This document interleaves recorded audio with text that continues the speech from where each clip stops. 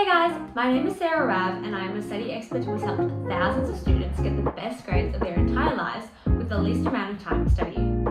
Today, we are going to talk about how to stay focused while studying. I'll be sharing 5 of my very best focus hacks. However, these hacks can be applied to other areas of your life as well, such as doing chores, running errands, or any other areas of work. So the first focus hack that I wanted to talk about today that will absolutely change your life is the Pomodoro Technique.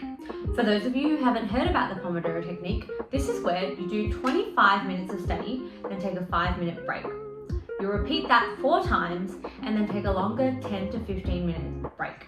Each 25-minute study period is called a Pomodoro, and during each Pomodoro, you are not allowed to stray from whatever task you have decided to do in that time. So that means no checking emails, texts, or other incoming notifications.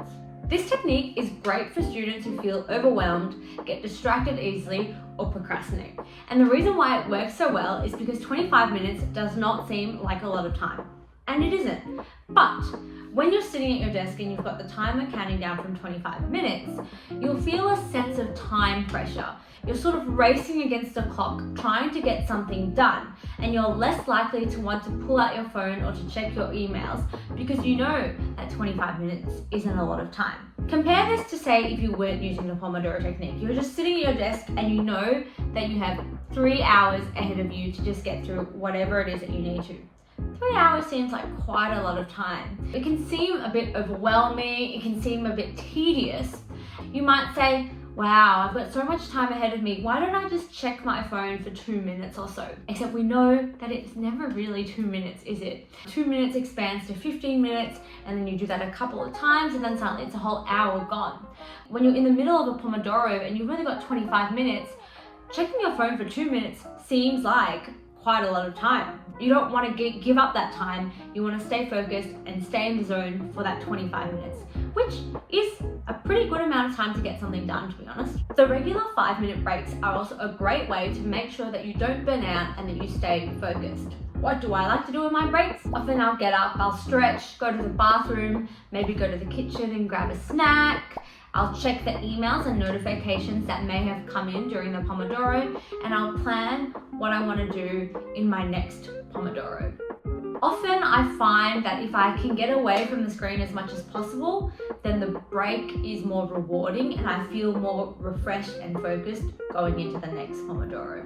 As you get better with the Pomodoro Technique and you train your brain to focus for longer, you can stretch it out. So you can try 40 minutes of studying and maybe 10 to 15 minutes of a break and repeat that and see how you go. You can also challenge yourself. So what you can do is you can say, I'm going to get this essay done in 2 Pomodoros and see if you can get that done. The second really awesome focus hack that I'm going to teach you today is called a study time lapse.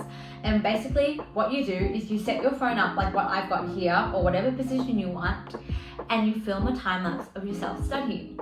This helps you stay off your phone because if you check notifications or if you go onto social media, the time lapse is ruined and it's split. It also means that you're probably less likely going to get up and leave your desk to do other things or get distracted in other ways because again, you're on camera and you want your time lapse to look good. At least I know I do.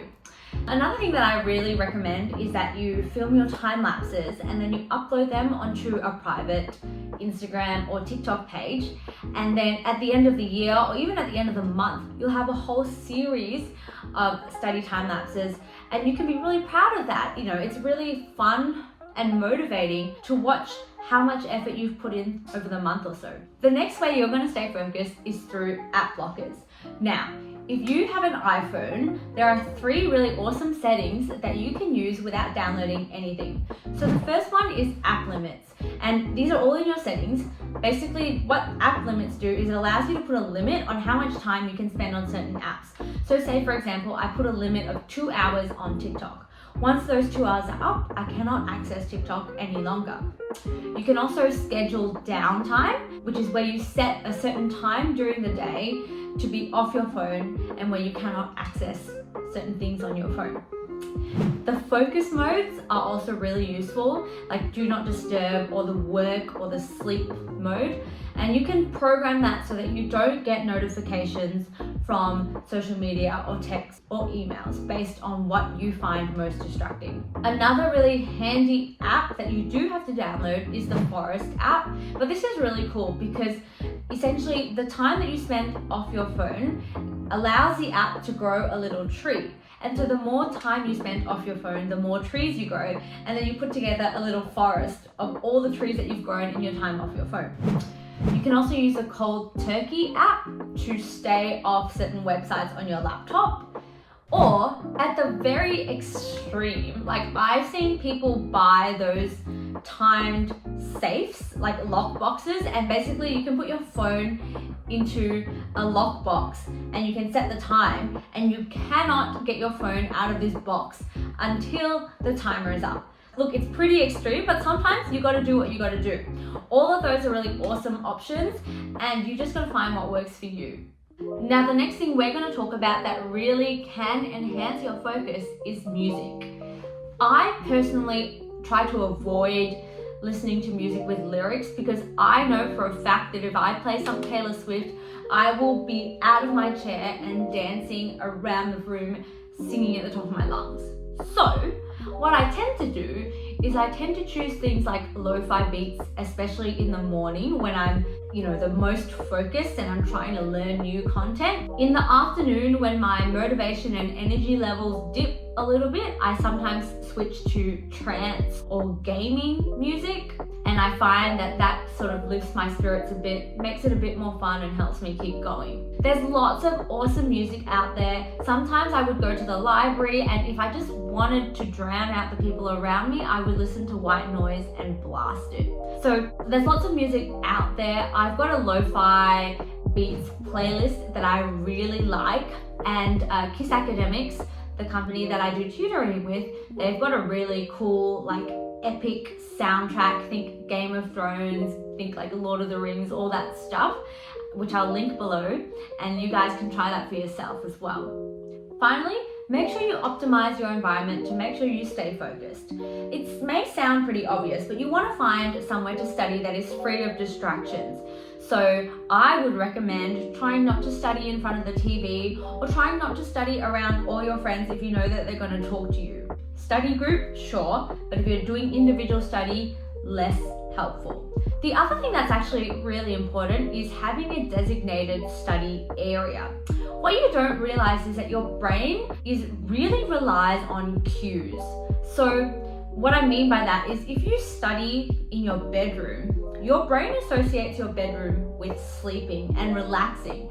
And so if you sit on your bed to study, that your brain switches to that association or that cue, and it will compel you to want to sleep or relax, which is what you usually do in that room. On the other hand, if you study too often in your bed or in your bedroom, then your brain might associate that area with studying, and then you might not be able to sleep very well that night. So like I said, I much prefer studying at a study table in my study room. If you don't have access to that, even just a desk outside of your bedroom, in the corridor, in the hallway, in the dining room, somewhere else where there's not as strong cues for you to relax and to sleep, that can be really helpful. Other areas that I like to study in include the library or a cafe. The reason why these work really well for me is because there are people around, and then I sort of feel compelled to study because I don't want them to, judge me for being on my phone for all this time. Not that anybody is judging, but it's more sort of just that external motivation that keeps me going. Plus, it is sometimes nice to get out of the house and into different environments. There's actually studies that show that studying in more than one location can help with memory retention as well. Now that you've heard about my focus hacks, I would love to see how you incorporate them into your lives and how you benefit from them. If you found them useful, please like and subscribe, and feel free to always comment below any questions that you have or any topics that you would like me to discuss in my subsequent videos.